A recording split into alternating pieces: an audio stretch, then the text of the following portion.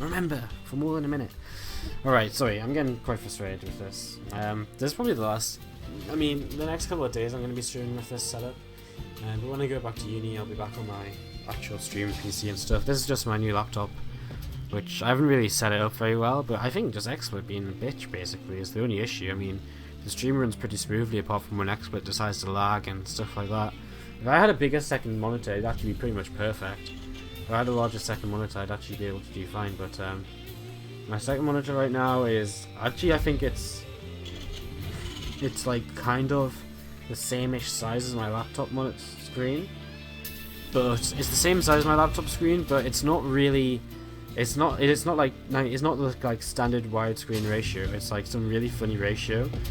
So when I have stuff on it, like, it's really weird, man. Like XSplit goes from being super small on my laptop screen to like huge on my my other monitor. It's not a very good monitor. I got it. When did I get it? I got it when I wanted to. I thought I was back like a couple of years ago. I was like, man, wouldn't it be really cool if I had a screen with the SC2 Improved logo on it, like everyone else? Like thinking about all the studios, like ESL studios and stuff like that. So like, I'm gonna get a monitor and put it behind me on my desk and have SC2I on it during a cast. It's like the most pointless thing ever. The monitor turned out to be quite useful as time went on, but yeah, I mean, it completely, it's not a very good monitor, just completely useless at the time, you know. The initial reason for buying the monitor turned out to be useless, but it's been an okay monitor over time. I don't really use it, but when I do need it, it serves me well. In the bottom right hand corner of the map, the purple Terran player from Redbloods, ladies and gentlemen, LilleKanin. In the top left hand corner of the map, the yellow Zerg player from mYinsanity. Petraeus. Zerglin speed started here early. It's been a 14-14 opening, so very early Zerglin speed on the way, something the Reaper will be able to identify here, and perhaps just responding to the fact that he feels as though maybe in a longer game he is maybe a better player than LilleKanin, so he just wants to survive any early sort of aggression, etc., by opening up aggressively himself. That's what I kind of always feel when Zergs play open 14-14. They're generally just being super safe because they know they're probably better than their opponents. They just don't want to die to Reapers or something. Or, I mean, sometimes we used to see along Catalina in any kind of level of play when just kind of like when the Zergs was like, right, seriously, Reapers were so hard to deal with if you use them properly. I'm just going to 14-14 to make it a bit easier for myself. But this Zerglin speed's about to finish up here. LilleKanin's been doing an okay job with this first Reaper. He does definitely know about this gas timing and everything, so he knows what's up, he knows what's happening. What he really wants to check, I think, is probably the amount of gas which is now being mined, to see whether Petraeus is going for anything past these initial Zerglins with speed, whether there's a Bane nest on the way, and whether he's being super aggressive, or whether he's just going to be playing very, very passive Zerg play after this initial flurry of Zerglins with speed. We're going to start getting caught by some speedlings here, and another Reaper I think is crossing the map. He actually just turned around. He's going to abandon his buddy here in the middle, and he will go down. The other Reaper has popped up towards the main base now. As an Overlord comes in, sees absolutely everything going on here as well, and SCV gets taken down, and these things doing a little bit of damage here, slowing down the Terran player ever so slightly. Just killing the SCV, killing the Reaper.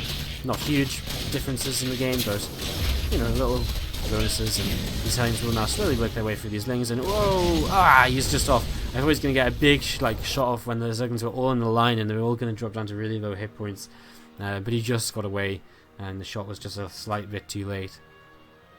So moving north, these lings, heading back in towards the natural expansion here. Guys, how's everyone doing in the chat? You're all so quiet. I know a lot of you are probably watching through Team Liquid or so and don't have the chat open and stuff like that.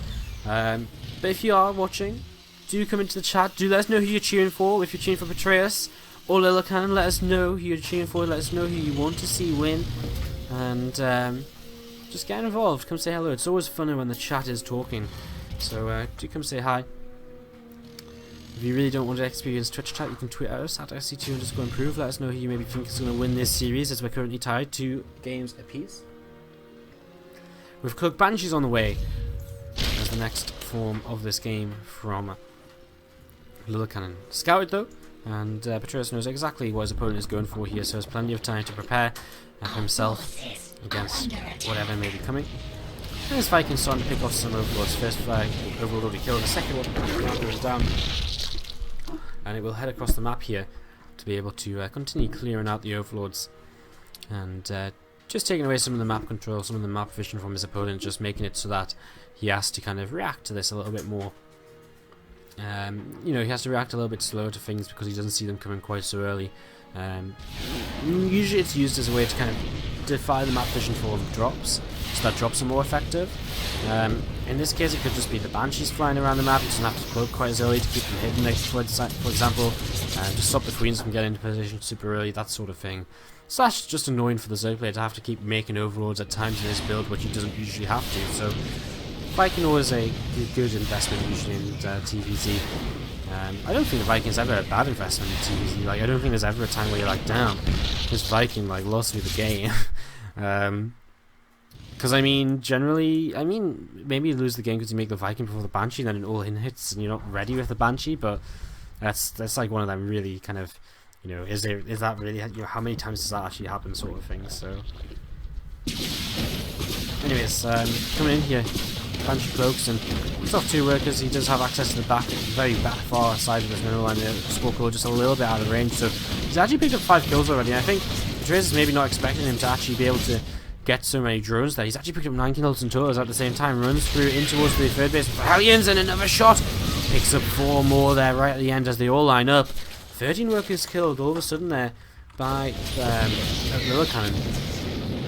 And well, that isn't a good start, but the problem for LilleKanin is, well, it's not really a problem because it's his style of play.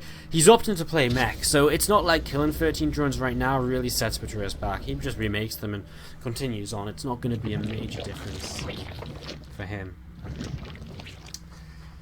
We have people in the chat. Marcos4912 is clapping. KDG Moody Man saying go Petraeus. The Game on UK says all is good. He is voting for Redbloods.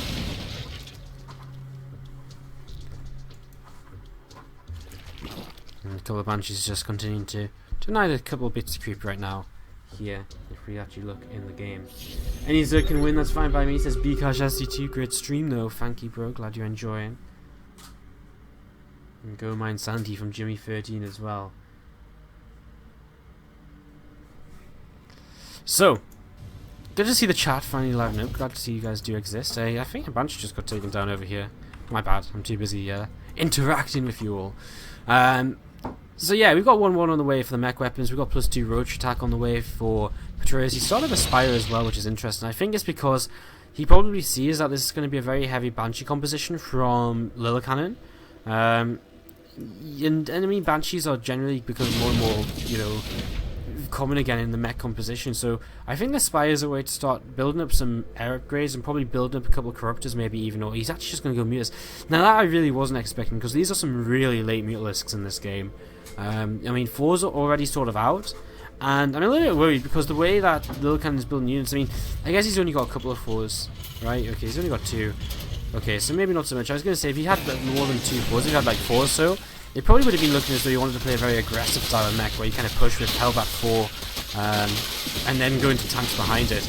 But I mean, right now you have nothing to do with these Banshees until them Mutalisks make their way across the map. But you know, I do like the Mutalisks. I think they're nice to clean up the Banshees, and I wonder if that's why he's only making 6, because he's gone straight back into Roaches. If that's the case, I really like it, but I don't know if a couple of, I guess they're faster than Corruptors, so that helps out a lot. But I just don't know if a couple of Corruptors are just a little bit more kind of sturdy, as you see 3 Mutalisks get annihilated immediately. So, you know, straight away we have to start raising the question of were these worth it at all? And no, they probably weren't. However, Petraeus is beginning to run through into the main base. He was burrowed, so he doing a nice little bit of work with these burrowed roaches, really focus on basically trying to pull his opponent apart while just building up his own tech back at home.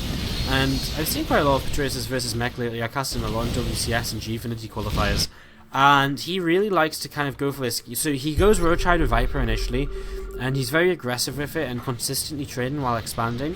And then what he does behind it is he uses the time that Roachhide with Viper buys in to build up a army of Ultralisks, and then at some point he'll also keep building up his air upgrades, so you can eventually go into Corruptors also once the Terran makes the big air switch.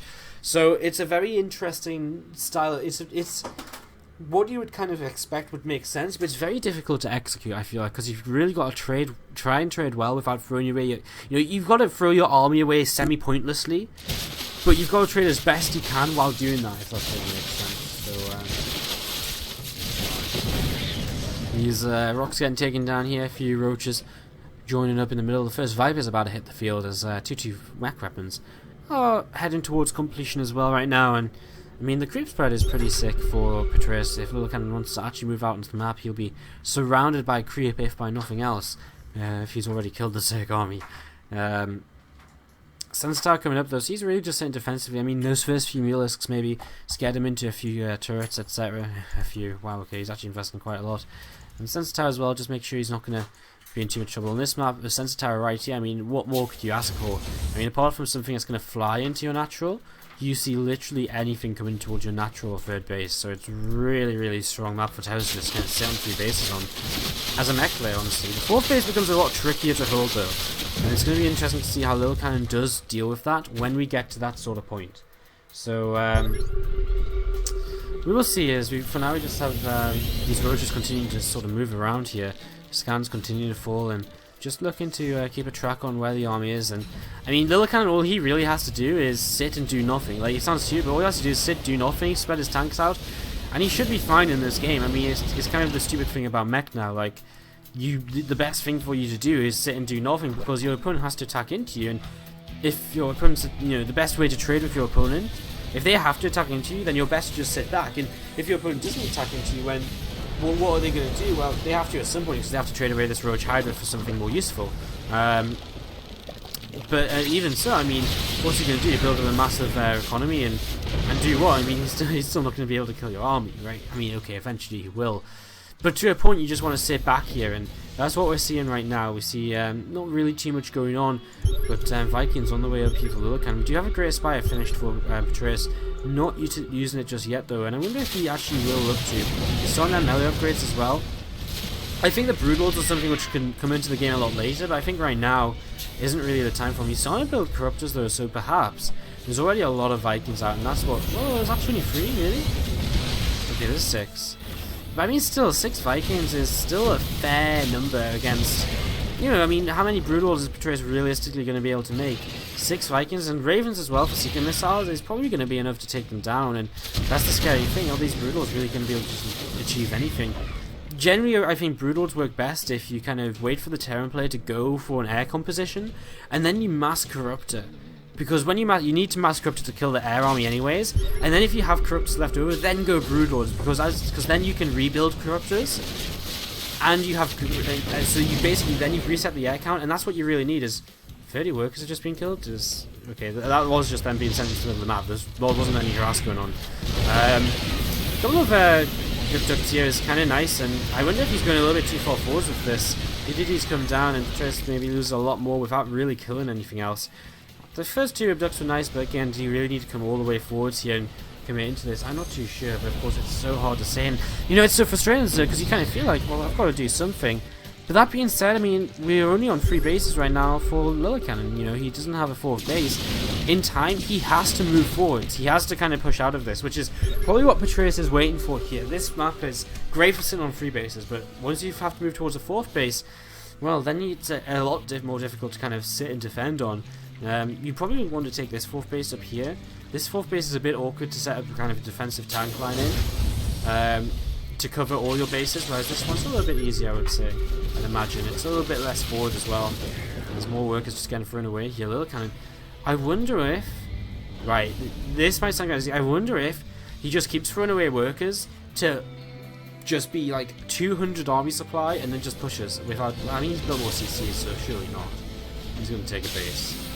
But wouldn't that be funny if he just killed all his SCVs? He's like, I mean, I know that's basically what Terrans do anyway as the game goes on, but wouldn't it be funny if he just had like fight 1 SCV and just like 199 army supply? And it's just like 3 base all in, 199 army supply, no workers. So yeah, couple of tanks being put forwards here, but the Duck's not really achieving anything in the end because of the use of the point defense drone from our Zerg there. Scan's coming over, well, not Scan's, well, he is scanning, but he has a Raven as well, just clearing up some creep over to the right hand side. He needs to start again moving his way towards this one of these bases, whether it's this one or this one. He needs something. Right now, Petraeus actually has the entire map. He's got the top right, he's got the bottom left, and you know, I don't really know where he's making Broodlords. I mean, I don't want to be like, say the classic caster thing of what people usually say, but because I usually disagree with this, because people say, oh, Broodlords is one way to throw the game, but in this scenario I really think it is, because I really do not see what they will achieve in this position. Right now, in this game, I feel there's so many more useful units you could make. Ultras, pure Corruptor, just clean out the air. Anything, I think, would be more useful right now. Petraeus splitting up his army a little bit, sending a few units over towards this right-hand side, looking to see if he can get anything done over here. He breaks down that wall. Apparently a building supply depot completes momentarily when you kill it. Unless that was a little bit glitchy there. Scan coming up to these roaches, no use burrowing. I mean, well, there's some ravens here as well. There's some units over to this left-hand side. Petraeus is just losing so much to just a couple of tanks, PDDs.